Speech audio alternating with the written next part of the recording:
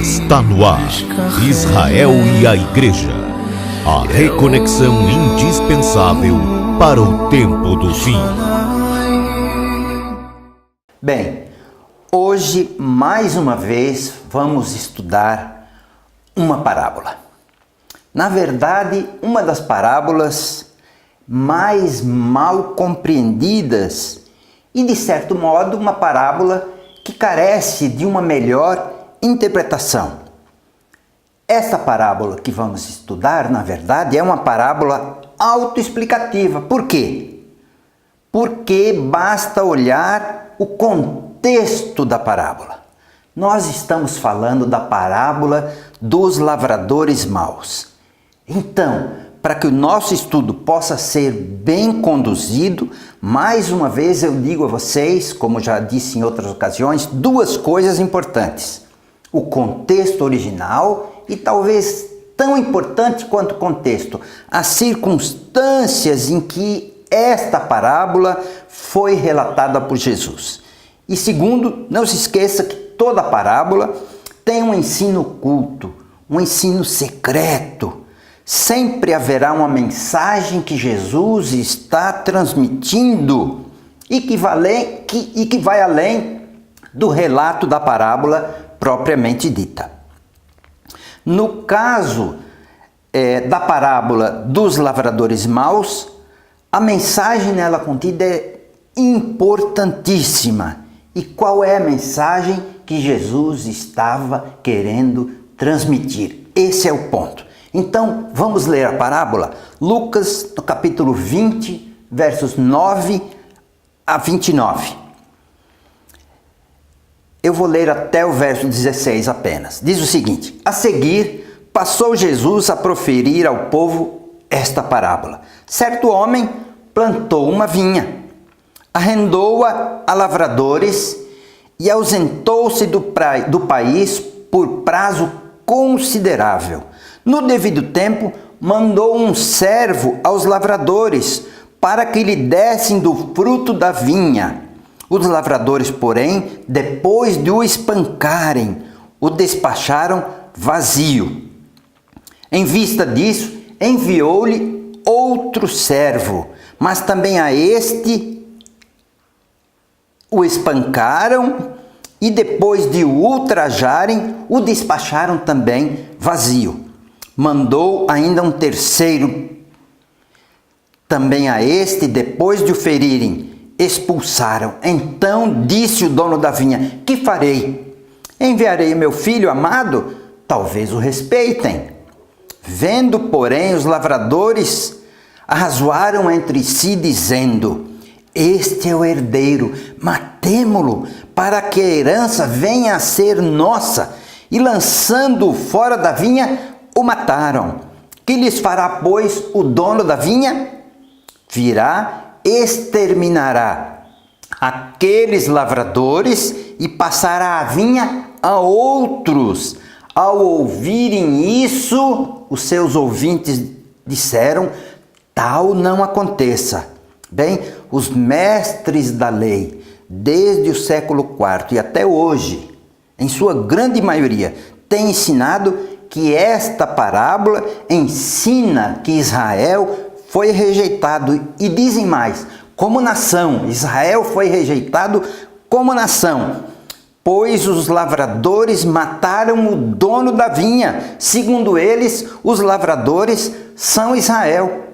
E o filho do dono da vinha é Jesus. Bem, nós acreditamos que é necessário um pouco de cautela no momento em que se interpreta, especialmente uma parábola, ou até mesmo uma profecia. Por isso Jesus foi severo com aqueles que se diziam intérprete da lei, intérprete das Escrituras. Certa vez, Jesus, se dirigindo aos escribas e fariseus, os chamou ironicamente de intérpretes da lei e lhes disse o que está no livro de Lucas, no capítulo 11, versos 45 e 46, e eu leio para vocês. Então, respondendo um dos intérpretes da lei, lhe disse: mestre, dizendo estas coisas, também nos ofende a nós outros. Mas ele respondeu: ai de vós, intérpretes da lei, porque sobrecarregais os homens com fardos superiores às suas forças, mas vós mesmos nem com um dedo as tocais. O que queremos dizer com isso?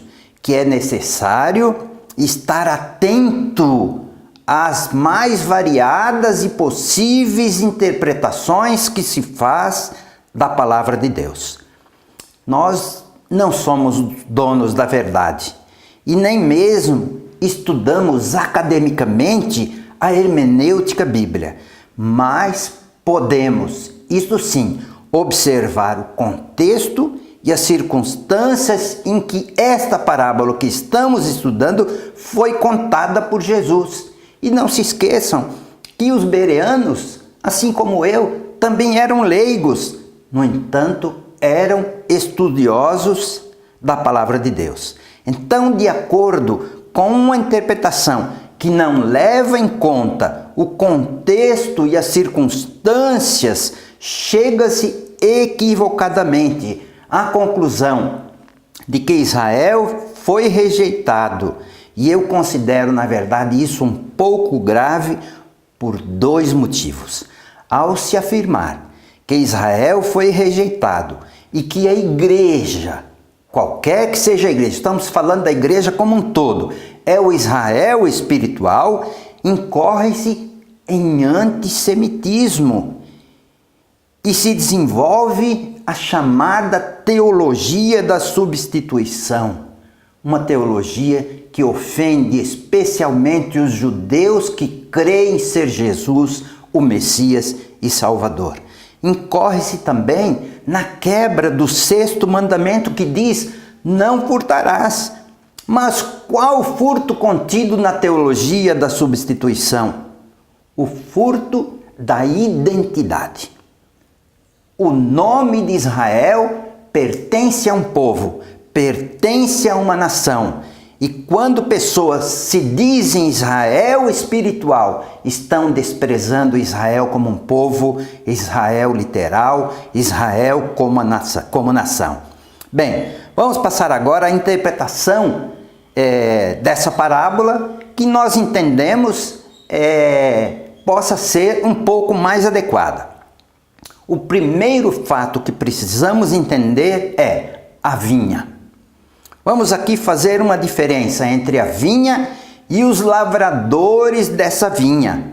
Como quase tudo na parábola está oculto e precisa ser desvendado, eu pergunto: a quem a vinha se referia? E aí eu convido você para ler Isaías, e eu leio para vocês, diz o seguinte: porque a vinha do Senhor dos Exércitos é a casa de Israel. Então, o motivo da parábola é Israel, não os lavradores. Por que Jesus contou esta parábola? E a quem ele estava falando? Vejam Lucas capítulo 20, verso 1. Eu leio mais uma vez para vocês. Aconteceu que num daqueles dias, estando Jesus a ensinar o povo no templo e a evangelizar, sobrevieram os principais sacerdotes e os escribas juntamente com os anciãos e o arguíram nesses termos: dize-nos, com que autoridade fazeis estas coisas? Ou quem te deu esta autoridade? Jesus estava ensinando no templo, e aí vieram até ele os principais sacerdotes, os escribas, os anciãos, ou seja, a liderança de Israel, para quê? Para confrontá-lo.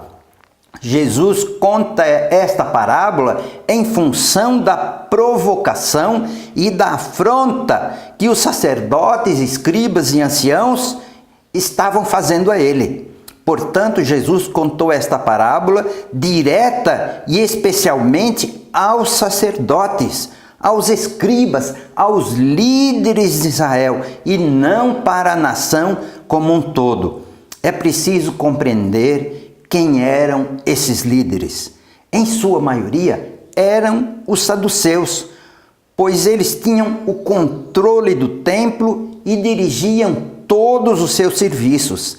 Eram absolutamente corretos e muitos deles nem levitas eram. Para que vocês tenham uma ideia do alto nível de corrupção dos saduceus, foram eles que convidaram os romanos para irem a Israel para resolverem problemas internos. E vejam o que aconteceu, vejam no que deu isso no ano 70, a destruição do templo.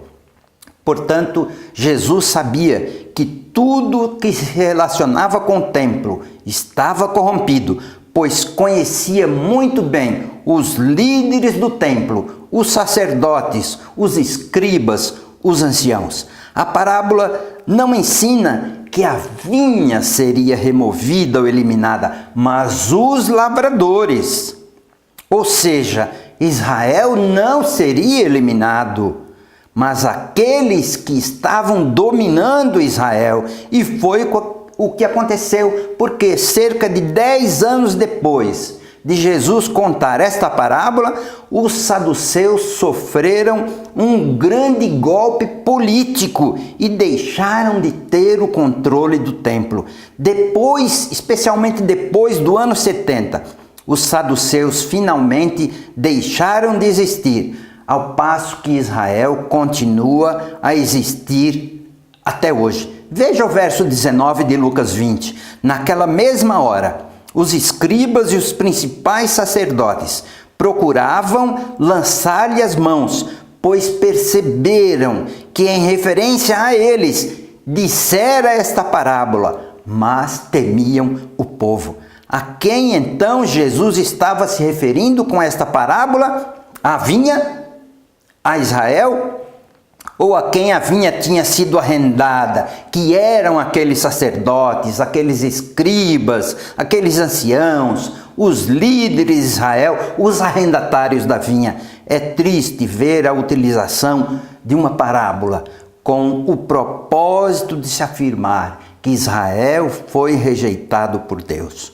Os cristãos não precisam ficar tentando mostrar que Israel foi rejeitado. O mundo já faz isso.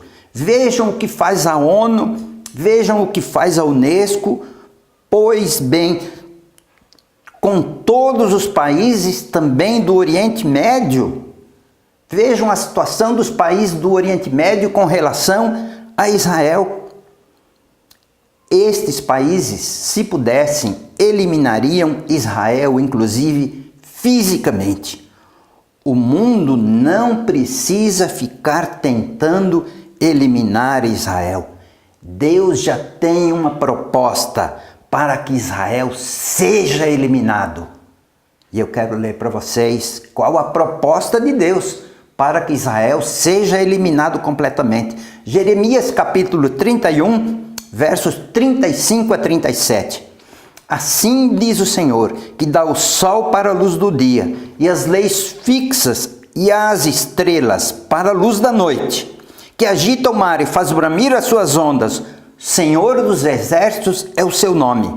Se falharem estas leis fixas diante de mim, diz o Senhor, deixará também a descendência de Israel de ser uma nação perante mim para sempre. Assim diz o Senhor. Se puderem ser medidos os céus, lá em cima, e sondados os fundamentos da terra, cá embaixo, também eu rejeitarei toda a descendência de Israel por tudo quanto fizeram, diz o Senhor. Até quando se continuará usando a parábola dos lavradores maus para se afirmar que Israel foi rejeitado? E eu concluo convidando você para se inscrever em nosso canal Israel e a Igreja. E se você gostou, ou se você tem algum comentário ou alguma opinião, envie para nós. E eu quero convidar você a compartilhar este vídeo, qualquer que seja a sua opinião. Ela será bem-vinda simplesmente porque nós também precisamos a cada dia aprender, especialmente com vocês. Um forte abraço a todos.